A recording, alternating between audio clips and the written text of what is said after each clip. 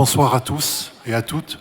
Avant de commencer pour converser autour de ces notions, il faudrait toujours interroger finalement l'énoncé. Et là, nous avons la jeunesse entre les valeurs de liberté et l'esprit de responsabilité. Étant donné que la notion de liberté est quelque chose de très très flou, moi je la remplacerai bien par l'idée de l'émancipation.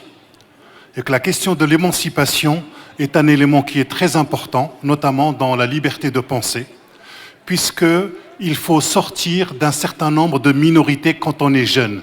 Quand on est jeune, on est à la fois dans la contestation, mais on est aussi dans un héritage. Et il y a au moins 3 minorités sur lesquelles il faut sortir. Je dirais qu'il y a la minorité de conscience dont nous venons de parler, la question du droit, la question de la liberté de penser, de croire ou de ne pas croire. Il y a la minorité politique qui est fondamentale, sur laquelle il faut absolument s'émanciper. Il y a la minorité économique à laquelle il faut aussi pouvoir s'émanciper. Et ces 3 fonctionnent ensemble. Il ne faudrait pas simplement isoler l'une à côté de l'autre, parce qu'on peut être économiquement émancipé et politiquement dominé. Et on peut être politiquement libre et culturellement aliéné. Et donc, la culture va donner cet élément de l'émancipation, et on s'émancipe notamment dans la question des femmes par rapport aux hommes, l'émancipation des enfants par rapport à leurs parents. Et cette question de l'émancipation, c'est la notion, me semble-t-il, la plus fondamentale. Mais être émancipé ne veut pas dire qu'on n'a pas d'attache. Celui qui est véritablement attaché ou détaché, celui qui est finalement émancipé, c'est celui qui est capable de reconnaître qu'il a une dette vis-à-vis du pays, vis-à-vis de la culture, vis-à-vis de la politique, vis-à-vis des parents. Donc ce n'est pas quelque chose qui est ingrat, mais quelqu'un qui reconnaît. Et c'est à partir du moment où il y a cette reconnaissance qu'il peut y avoir cette émancipation. Être libre, c'est reconnaître qu'on a des attachements. Il n'y a pas de liberté avec un détachement qui serait complètement total. Et la question c'est, vous êtes héritier, mais vous êtes héritier de quoi? C'est très important de faire de faire un inventaire de votre héritage. De quelle histoire êtes-vous héritier? De quelle mémoire êtes-vous héritier? De quelle idéologie êtes-vous héritier? Parce que si on veut construire notamment le Maroc de demain, il faut absolument avoir ce qu'on appelle une épaisseur traditionnelle, une épaisseur idéologique, une épaisseur politique. On ne construit rien à partir du vide. Donc, il faut absolument pouvoir connaître son histoire et surtout lire, parce que si vous voulez écrire la page je dirais, du Maroc, il faut d'abord avoir lu.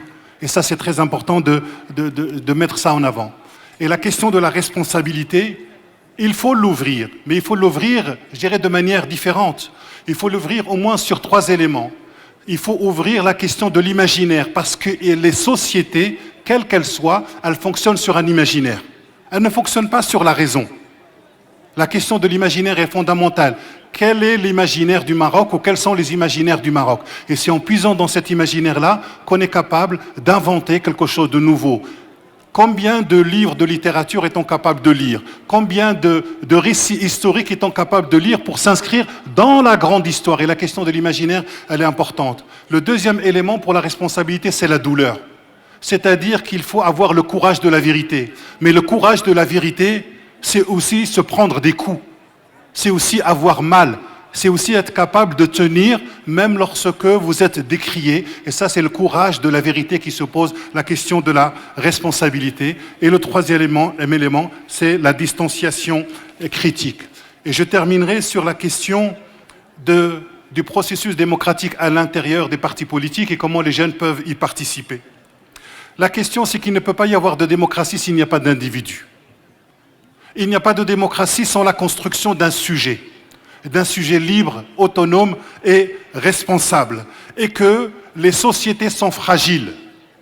Toutes les sociétés, même en Europe, sont aujourd'hui fragiles. Cela veut dire que lorsque je m'engage, je dois avoir le souci de soi, le souci de l'autre et le souci des institutions. Ça va ensemble. On ne peut pas réfléchir la responsabilité sans tenir compte de ces 3 éléments. Et il s'agit de passer d'une société du mépris à une société de la reconnaissance. Et la question de l'humiliation est un élément qui fragile les sociétés. Et la question de l'humiliation, les nombreuses humiliations à l'intérieur d'un pays, ça doit être un chantier de la jeunesse pour justement amener les responsables politiques et ramener l'ensemble de la société marocaine à faire très attention à ces questions-là. Donc, je terminerai qu'il faut avoir, je dirais, le courage. Il faut avoir le courage, mais un processus de démocratie, ça ne s'inscrit pas simplement dans un régime de pouvoir. Ça s'inscrit aussi dans un régime de savoir.